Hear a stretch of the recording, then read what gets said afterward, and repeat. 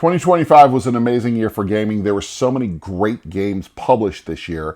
And if you've paid attention to my top 10 lists in years past, you're going to notice that this one's significantly different than what I've done in the past. My name is Ryan Gutowski. I'm with One Board Family. And when I sat down to really consider the 10 games that stood out to me this year that I want to continue playing into the new year, that list looked a lot different than what I thought. Let's jump in at number 10.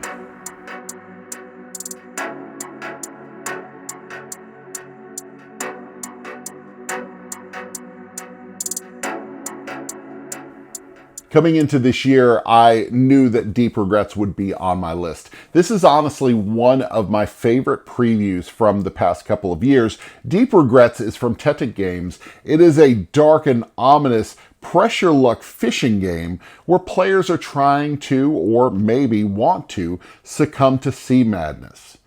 The whole goal of this game is to catch these disgusting and crazy creatures from the sea and make as much money as you can while dealing with regret that pops up as you catch the creepiest things that you'll ever see in the sea.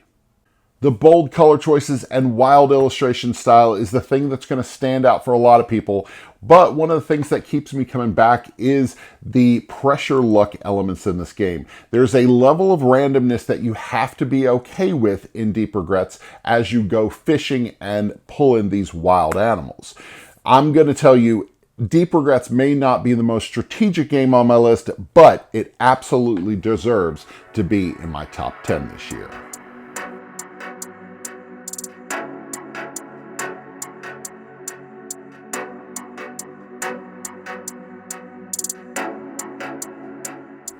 Nobody would have been able to convince me that there would be a solo game on my annual top 10 list, but here we are. This is Conservas from 25th Century Games, previously published by Salt and Pepper Games overseas. This is a solo bag building game where players are managing a fleet of ships that are fishing the seas and catching and canning what they can in order to sell to consumers. This game is a lot of the things that connect for me as far as resource management and bag building and trying to predict what is left in the bag as you try to calculate what you've already caught and what you're putting back in the bag. I am a big fan of Conservas, and the fact that this game is actually pretty difficult means that I keep coming back to it over and over. Players are going to actually open the spiral-bound book and play through different months of the year with different goals and different things that are going to obstruct your ability to succeed. I am a big fan of Conservas, and the fact that it has multiple difficulty levels means that the replayability is wild. I am not great at this game, but it is one of the very, very few games that I will sit down by myself as an extrovert and play all alone. Conservas really surprised me this year, and this is one of my biggest shocks to this top 10 list for 2025.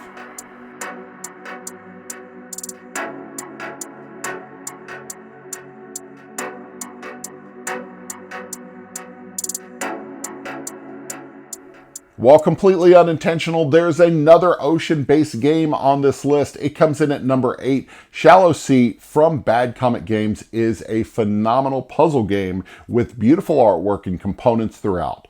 Shallow Sea is one game that has impressed me over and over. I've been able to teach this game from having it as a preview copy last year, and I've taught it over and over and over, and it is such a great experience.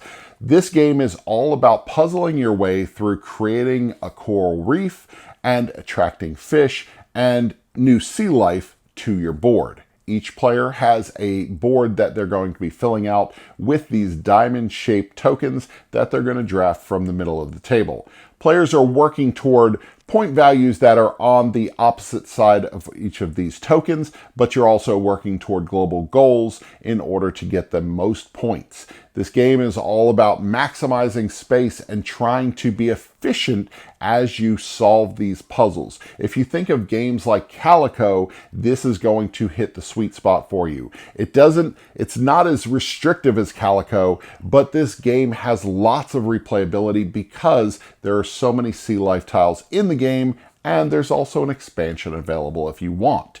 Shallow Sea from Bad Comet Games knocks it out of the park for me. It is one of my favorite games of 2025.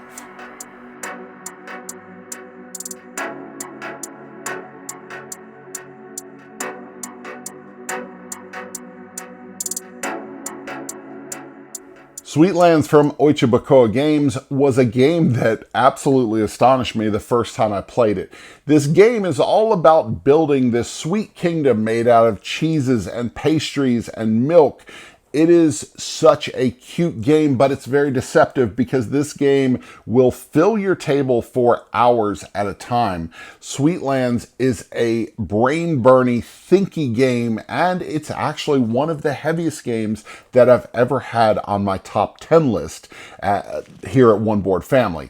This game has been so impressive, everything from the art style to the color palette they used to even the components of the game. It is just a phenomenal production, and it's brain-burning in all the right ways. Players are using multi-use cards in order to either purchase those cards and have some sort of perk, or build an engine with those cards in order to trigger things each time that engine is activated. Players are building out their kingdom, so if you think of a game like Castles of Burgundy, you have these hexagon symbols where you're growing your kingdom out and then eventually planting different buildings on it as you can afford them. There are so many mechanics that work for this game, and they merge so successfully.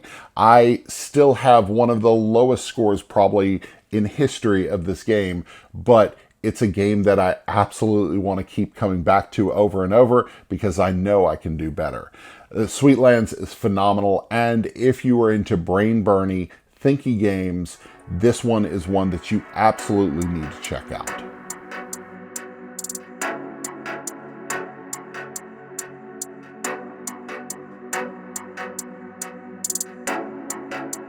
I'm a sucker for a beautiful nature-themed game, and Hutan from the Op delivers all of that and more. This is a puzzly drafting game where players are going to be building out their own ecosystem on their personal board. Everybody's going to have the same board layout, but how you develop that board is up to you.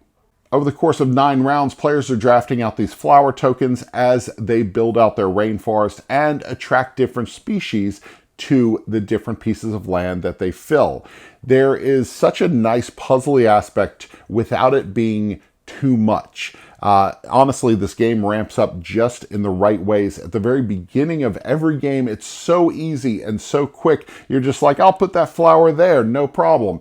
But as the game comes to a close in those later rounds, the puzzle gets harder, and players are trying to figure out the best way to finish out their rainforest and not accumulate negative points.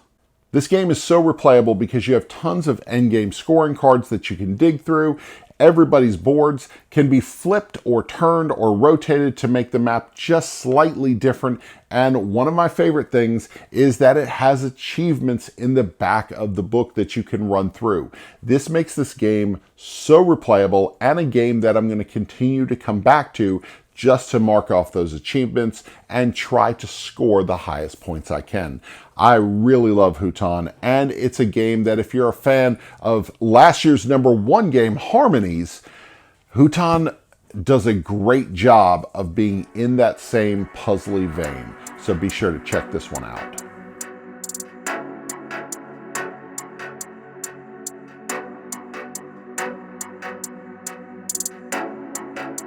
My number 5 game is Hot Streak. This one's from CMYK Games, and I think it's going to be on a lot of top 10 lists this year because this is such a wild property. Inside this game, there are 4 mascots that are running across this field, and players are going to have 3 rounds to bet on them and make as much money as they can. But players have control, slight control, over the mascots that are running. Each round, players get to throw a card in that could either benefit their chosen mascot or mess up another mascot by tripping them, making them turn around, or possibly go off the edge of the map. This game is wild fun. It supports up to 8 players, and just the toy quality of this game is phenomenal. This game is one that's going to come out at parties and family gatherings and different events throughout the year, and Hot Streak is something that is a memorable time for even the non-board gamer in your life. This one is a fantastic buy, so that's why it's my number 5.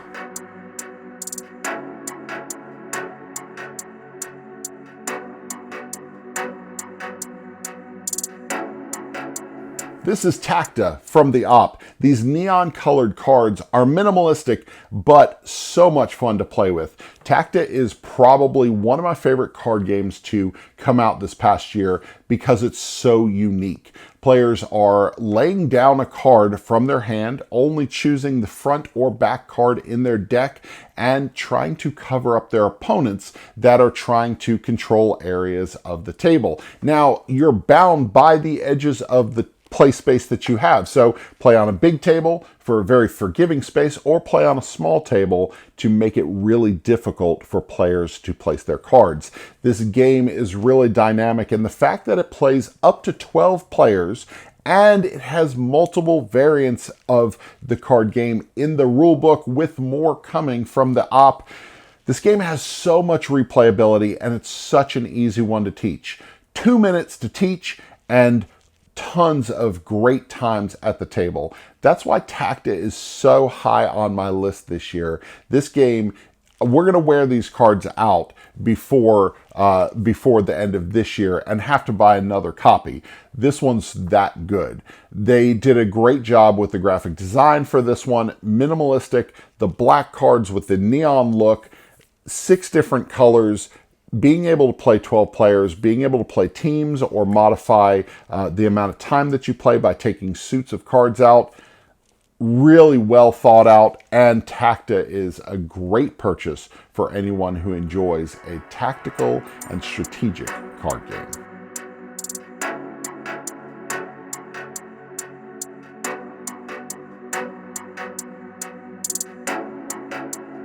We're in my final 3 now, and Wroth is a game that's impressed me from the moment I saw it at Origins 2025.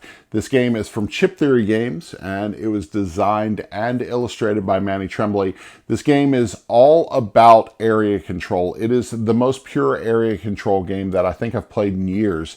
This game is almost like a new version of Risk, something where combat matters, but you don't get bogged down in the minutia of rolling dice. Because in this game, you simply roll the dice for the round, and then you're drafting dice in order to move your troops and get to the places that you need to be. Players are earning points each round based on where their troops are on the map, and every single faction has a unique ability tied to them along with unique troop types. This game feels almost broken at times because all of the factions have this overpowered ability that you can trigger, but because they're all overpowered, it kind of levels things out. Wroth is an absolute beautiful design. It is one of my favorite games this year. Chip Theory Games knocked it out of the park with this one. And for Christmas, I got a new faction expansion for this game. So it means that I'm going to have even more to play with in this new year.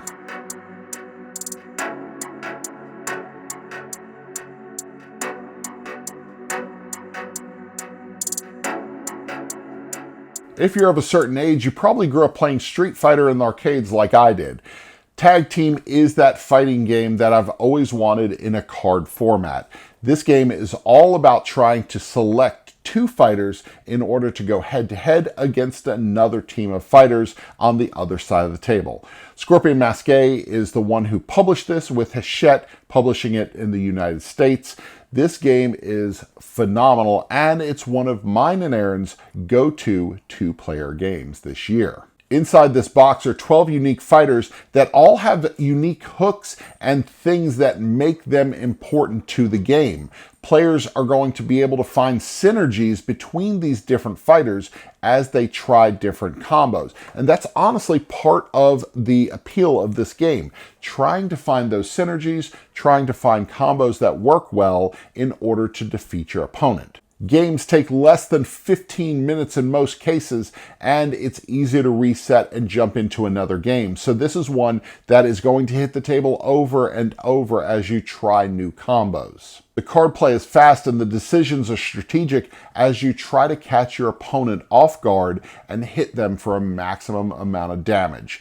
I love Tag Team, and I am so excited about whatever comes in the future because this game is a bright spot going into 2026.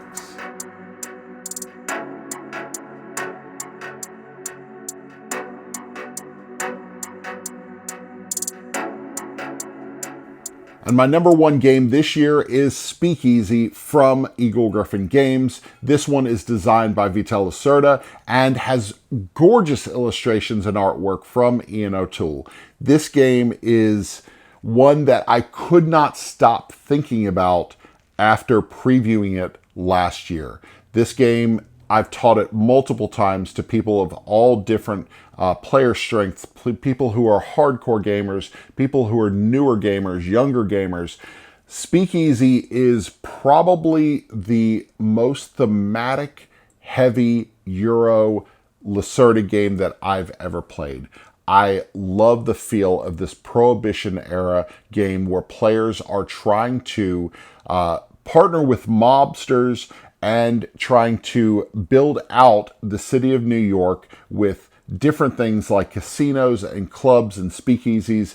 The game is gorgeous on the table, although it is a table hog of crazy proportions. This thing fills our table just at 2 players, and we've played it at 3 players one time, and we're just in different corners of the table trying to find space.